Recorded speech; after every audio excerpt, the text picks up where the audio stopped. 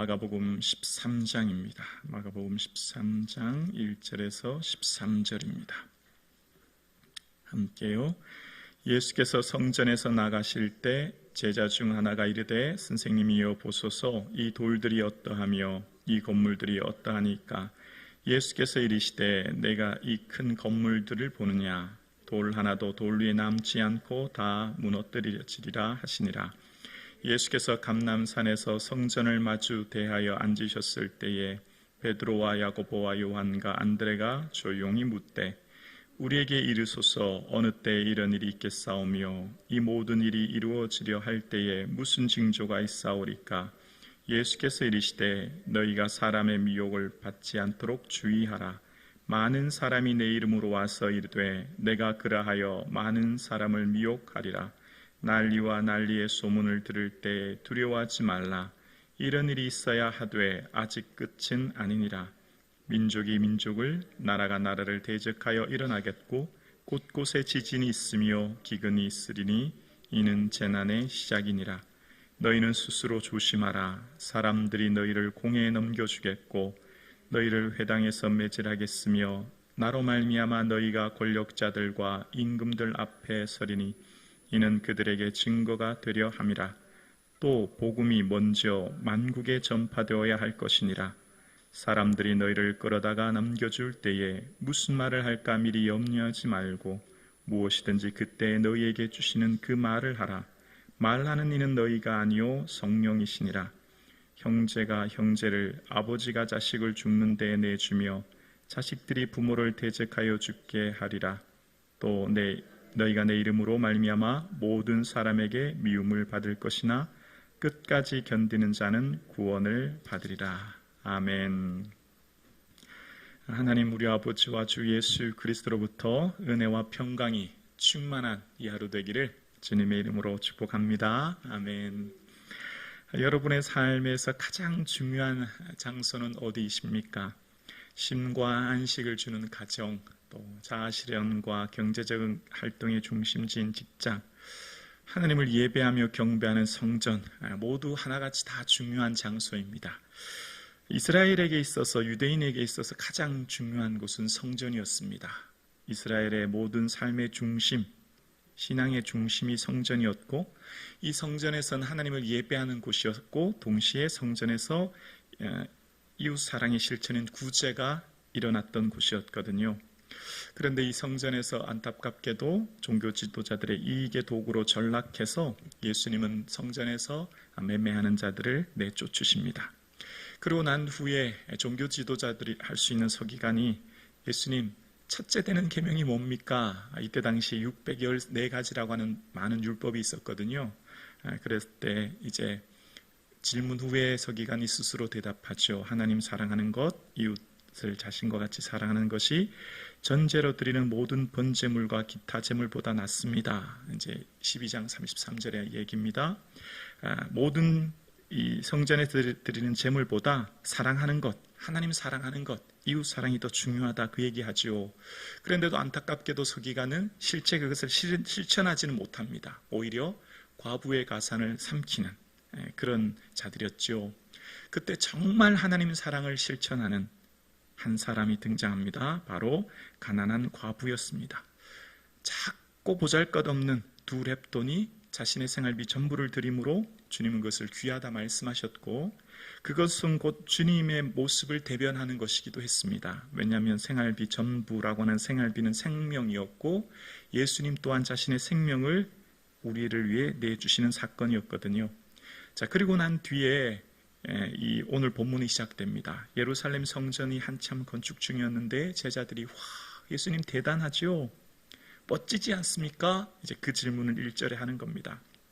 왜냐하면 이때 당시 역사가인 요세푸스는 예루살렘 성전 외벽이 금으로 칠해져 있었다는 겁니다. 그래서 아침 해가 뜨면 아침 해가 반사될 때 그 예루살렘 성전이 너무너무 화려했다는 거예요. 보통 예루살렘 성전에 쓰여졌던 돌들이 한 1, 2m 정도, 아주 큰 2m 정도의 큰 돌이 쓰였고, 그 돌들이 틈새가 보이지 않을 만큼 정교하게 건축되는 게 예루살렘 성전이었다는 거예요. 그런데 예수님께서는 이 돌들 위에 하나도 남지 않고 무너뜨려드리라 이렇게 말씀하시는 거예요. 이 돌 하나가 보통 크게는 3톤 이상 무게가 되는데 하나 무너뜨리려면 수십 명이 달려들어서 넘어뜨릴 수 있는데 정말 거의 불가능에 가까운 이런 말씀을 하신 거, 또 예수님이 성전이 무너뜨리라고 하는 것은 굉장히 불경건한 경거망동한 말씀이거든요. 굉장히 충격적이고 끔찍한 얘기를 하시는 거예요. 마치 제가 오늘 여기 성전에서 성북중앙교회가 다 무너질 겁니다, 여러분 이러면 여러분 얼마나 충격을 받으시겠습니까? 우리에게 이 예배당 얼마나 중요합니까? 이스라엘에게서 성전은 삶의 중심인데 이렇게 다 무너진다고 하니까 얼마나 충격적인 얘기를 합니까? 성전이 무너뜨려진다라고 하는 것은 크게 두 가지로 볼 수 있습니다. 지금이 기원 후 30년 정도 되는데 헤롯 성전은 이 뒤에 30년 정도 뒤까지 계속 공사가 건축되거든요.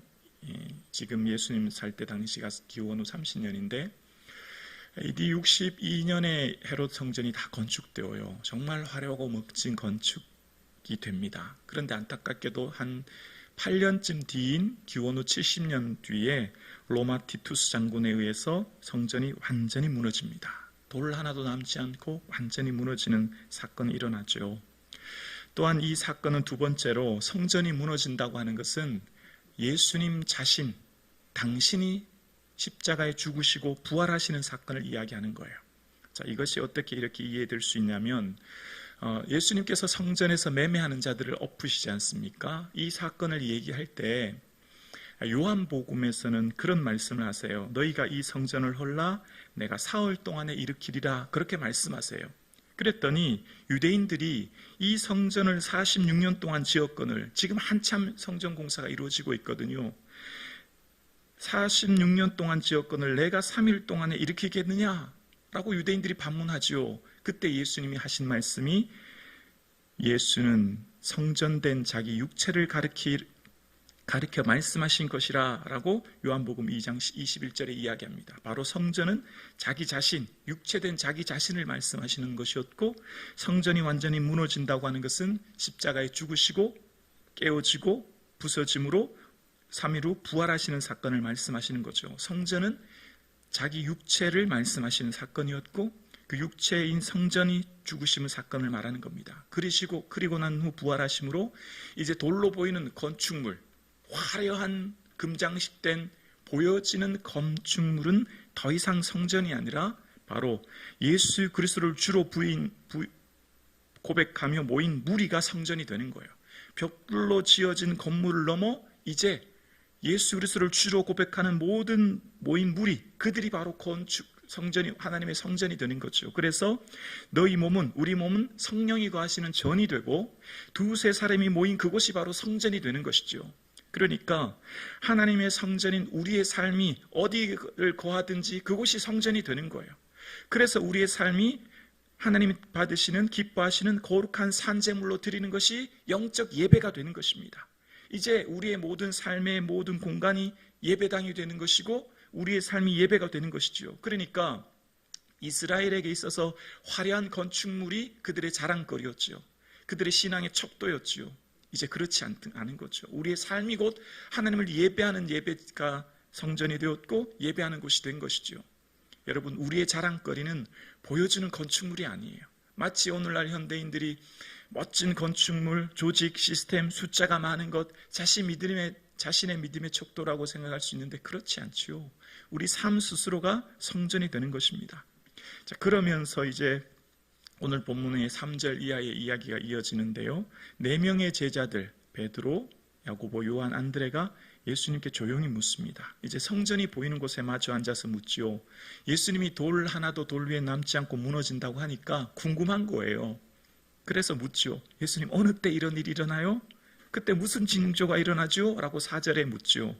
그래서 예수님 5절 이하에 말씀하십니다. 사람의 미혹을 받지 않도록 주의하라 라고 하시면서 3가지 징조에 대해서 말씀하세요. 첫 번째는 거짓 그리스도가 출현할 거야, 내가 그라 라고 하면서 사람들을 미혹할 거야 라고 하는 것이고 6절이죠. 두 번째는 전쟁, 기근, 지진이 일어날 거야 라고 두 번째 얘기합니다. 7절, 8절이죠.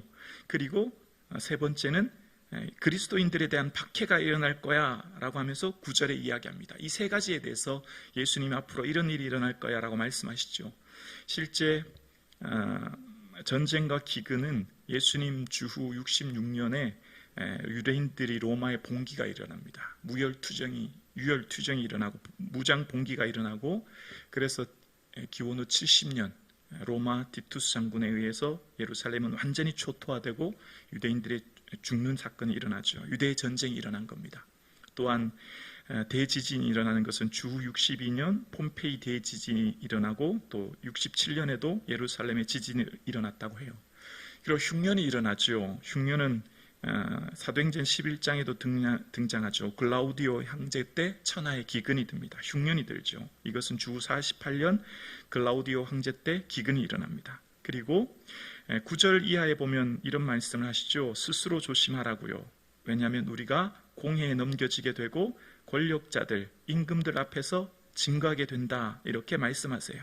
그리스도인들의 박해가 일어나는데 그때 너희들은 권력자들 앞에서 증거하게 될 거야. 이 말씀 보면 기억나는 거 없으세요? 사도 바울이 그랬죠. 사도 바울이 벨릭스, 베스도, 아그리빠, 그리고 왕들 앞에서 주님을 증거하는 일이 일어났죠. 그것이 바로 예수님의 이 예언의 말씀을 통한 제자들, 사도들의 삶의 모습이었고, 베드로 역시 사내들인 공의회에서 주님을 증거하고 스데반도 성령으로 증거하는 모습이 등장합니다. 우리가 너희들이 앞으로 믿는 자들은 이런 박해가 일어나게 되는데 권력자들 앞에 서게 될 거야. 그때 무슨 말 할지 염려하지 마. 성령께서 너희에게 말할 것을 일러줄 거야 라고 말씀하시죠. 그러면서 마지막 13절 우리 함께 보실까요? 13절이요. 함께요. 또 너희가 내 이름으로 말미암아 모든 사람에게 미움을 받을 것이나 끝까지 견디는 자는 구원을 받으리라. 아멘. 이제 예수님은 또 마지막 제자도에 대해서 말씀하시는 거예요. 예수님을 따라가는 길, 제자의 길은 무엇이냐? 제자의 길은 결국 그리스도의 박해를 견디며 인내하는 것이야. 그래서 어떻게 해요? 끊임없이 얘기하고 있는 것이 오늘 본문의 9절에 스스로 조심하라고 말씀하시는 말씀이 나오고요. 스스로 조심하다는 것, 이 다음 내일 이후에 나오는 본문인데요. 그것은 다른 말로 깨어 있으란 말이에요. 깨어 있으란 말은 다른 말로 뭐죠? 기도하라는 거죠. 제자도는 뭔가? 주님을 따라가는 삶의 모습이 어때야 되는가? 예수님 가신 그 제자의 길은 고난이 있을 거라는 거예요. 어려움이 있을 거라는 거예요. 그래서 어떻게 해요? 스스로 조심하고 깨어있고 기도의 길을 걸어가야 된다는 거예요. 이게 주님이 오늘 이 시대에 우리에게 말씀하시는 거죠. 주님을 따라가는 그 길, 참된 성전으로서의 삶, 우리가 주님의 거룩한 성전이 되었고 하나님이 기뻐하는 거룩한 삶의 예배를 드리는 우리가 끝끝내 이 길을 가는 것, 끝까지 견디는 자로 살아가는 것은 주님 앞에 끊임없이 깨어있어 기도의 삶을 살아야 된다는 거죠.